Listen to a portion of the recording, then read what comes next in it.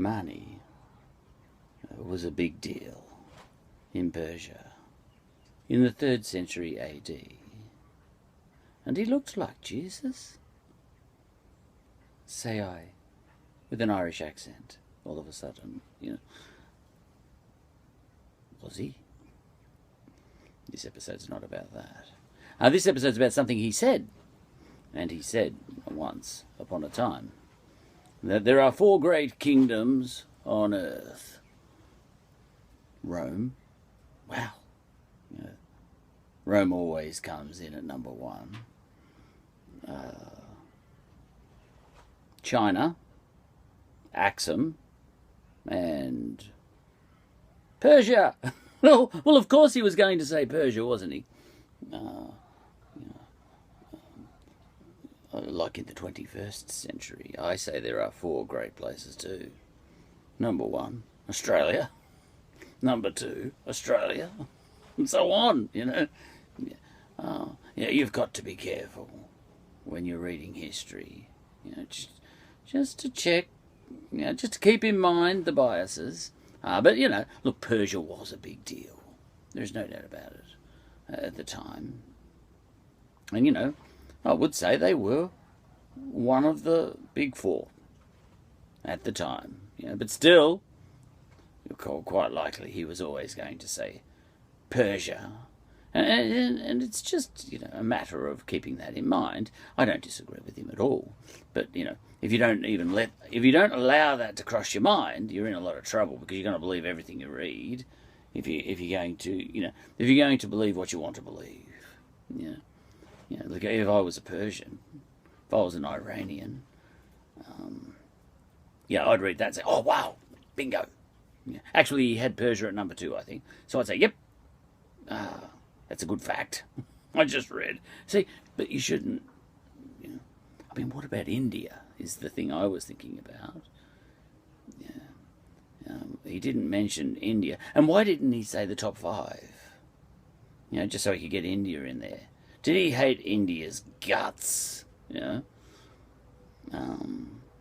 And maybe India was number 4. And China was number 5, for all I know. You know? It's interesting, you know, because I think India was a big deal. But, you know, it's interesting that he picked those 4 and didn't mention India. And that gets me thinking, I still think he might have been right. And apparently he was just like a big deal. And definitely smarter than me. You know, he's Marnie. And I'm Charlie. You know, there's a big difference. But, you know, I think it's it's standing out like a sore thumb that he didn't even mention India. What's going on there? He may have hated their guts. No, I think from the very little bit that I Googled, mainly just to get a funny image, which I have, an image of him where he looks just like Jesus. So I'll put that up as a thumbnail, as they are called. But he does seem to have been an academic. Well, as far as you could be an academic back then, I think it was hard to separate academia from theology and all that sort of stuff back then. But that's a whole other story. There's no doubt about it. You know, a lot of theologists are a lot smarter than a lot of scientists, a lot of 21st century scientists. Actually, have you heard anything published by 21st century scientists lately? You know, someone I know, my wife's uncle, says scientists in the social media age are devaluing their own currency. You know, and I'm inclined to agree. You know, you don't get blokes like Charles Darwin anymore. Oh, hang on, here we go. I've got the Beagle letters down there. Yeah, my books that hold up my computer. That was just by the by happened to be. Now, so what am I thinking? Yeah. It's a notable omission. India. Where did it fit in? And some people will read a quote like that and say, the top 4 were, you know, China, Persia, bloody Rome, and Axum, you know, and they would say, there's my information for the day. But, you know, there's other ways of reading quotes like that. And the other way, you know, the other way to read a quote like that is not just to say, read that and go, bang, great. I'm a Persian. I'm one of the big four. You know, it's good, I think, to say, you know, what's missing from that quote and why. And I'm sure there's some great reasons, you know. This is not an academic YouTube channel, obviously. You know, this is a YouTube channel that just gets me thinking. But it doesn't come up with answers. But, you know, just the act of getting thinking is a good thing. So, you know, I start to get thinking. Why did he mention those three and just omit to mention India? And you know, and you come up with conspiracy theories, you see. This is where conspiracy theories come into play. And I don't think conspiracy theories are a bad thing. I think they're great. I love them, actually. I love them. It's not bad to come up with conspiracy theories. It's probably just bad to hear one and believe it. Yeah, but it's actually really smart to come up with them. I was speaking to an Axumite yesterday, actually. I'll mention her in a minute, and she came up with a conspiracy theory, which I thought was really smart, you know.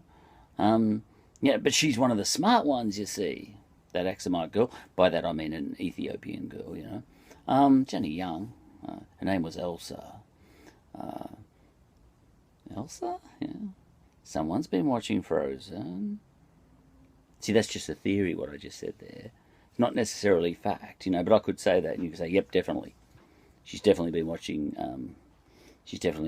Frozen, and that's why she's called herself Elsa. You know, she's come across here from Ethiopia, and, you know, she's decided to call herself Elsa, you know. Yeah, so, but that's the difference, you know. See, I call it a theory, but this other person who believed my theory as fact, you know, conspiracy theories are something you can, you know, I think they're an intelligent thing to develop, but they're not it's not that intelligent to believe them every time. Right, now, or believe the ones you want to believe and all that sort of stuff. You know, all that's obvious, you know, obvious, yeah. Anyway, what's his name? Marnie. Okay, so, you know, standing out like a sore thumb. Where's India? Yeah. And then, you know, look, there are some people, you know, like if you're a Roman, you say, yep, I like that quote. I'll take that no further. And if you're an Axumite, you say, yep, I'll take that quote and I'll take that no further. And if you're a Chinese bloke, you'll say, I'll take that no further, but I'd put us up the top. You know? And if you're a Persian, you'd say, well, Marnie said that. But, you know, and all those blokes will probably say, you know, they wouldn't even turn their minds to India, most of them, you know. But I've turned my mind to India because I don't care about any of those other four. I don't care about Romans. I don't care about Axumites, you know. I don't care about Ethiopians. I don't care about Chinese people. And I don't care about Persians, you know. I only care about Australians, you know. And not only that, Victorians. You know. In fact, Melbourneites. In fact, people from my street. In fact, people in my shed. Me. You know, that's all I care about. But having said that, when you're reading history, you have to be careful. And you sort of, you know, I start to ask questions and come up with no answers, but the questions are important. Maybe the top four were Rome. Well, it depends how you define great, doesn't it? But anyway, you know, I think the indigenous Australians were pretty great. Much greater than the Romans in the broad sweep of, you know, the idea of greatness. I really do. And I do. You know, I've come to appreciate indigenous culture. And I've come to feel that the Romans led us all astray. What about that then, you know? But, you know, it depends on what you mean by great. Oh, right, Marnie probably meant impressive great, you know. Big monuments and all that sort of stuff, you know. All right. So, lots of money. So what were the top four? kingdoms, if you like. See, Rome shouldn't be called a kingdom. See, he's got that wrong. He definitely has, see? Because Rome wasn't a kingdom at all. Not, you know, it's just wrong to characterize Rome as a kingdom. Completely wrong. At the most fundamental level, it wasn't a kingdom. But then maybe, you know, I don't know what the Persian word he used was, and maybe it's been translated badly. Yeah. But these are the... See, you have to start asking questions. Not just reading a quote like that and saying, oh, bingo, top 4. You know, a little bit like, you know, Carlton, Essendon. Oh, sorry, round the other way. Essendon, Carlton, you know, Collingwood, and who's 4th at the moment? Richmond? Yeah, Melbourne. Yeah, one of those. You know, Melbourne, yeah, I think. Actually, no. Hawthorn? Greatest team since World War II, Hawthorn. All right, so, you know. Yeah, and if I was to read a stat like that, you know, the top 4 AFL teams are Essendon, 16 premierships. Collingwood, 16 premierships. No. Essendon, 16 premierships. Carlton, 16 premierships. Collingwood, 15 premierships. Hawthorn, however many they've got. I think it might be 13 or 14 by now. Maybe 15. Oh, I'm losing track. As long as we're on top. See, that's it. Now, if I heard that stat, you know, that's that.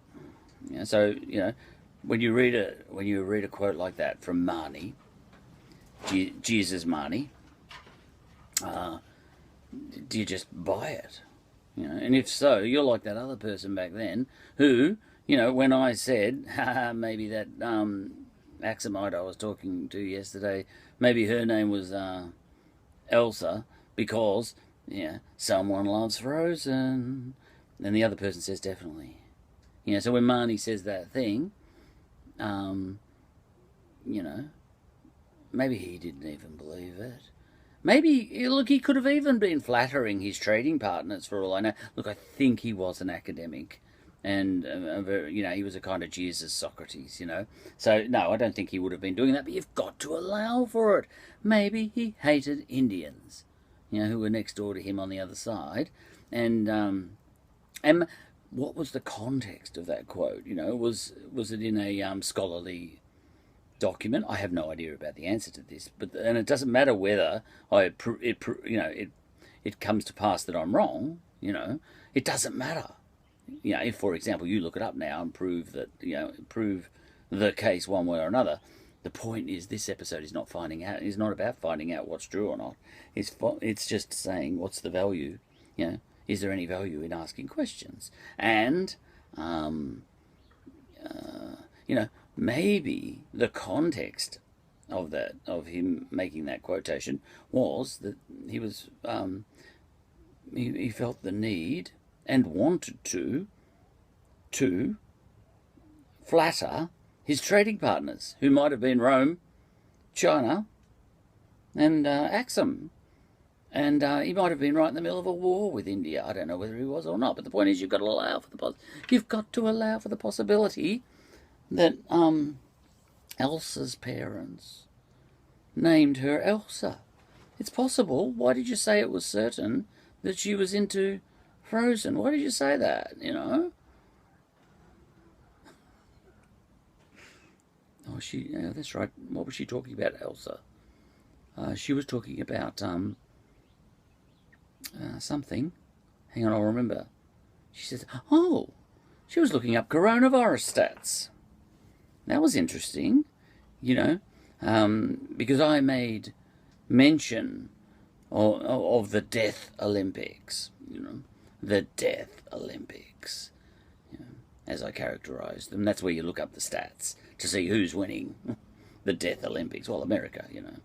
Yeah. But then you've got to look at it, you know, per capita, you know. Still America, maybe. Anyway, the Death Olympics. And I remarked, because she is from Ethiopia, but, you know, a new Australian, and I remarked, look at that. Ethiopia and Australia, neck and neck. Same number of cases, same number of deaths, just about, neck and neck, you know. And I said, but that's a load of rubbish, you know. because, we obviously do a lot more testing.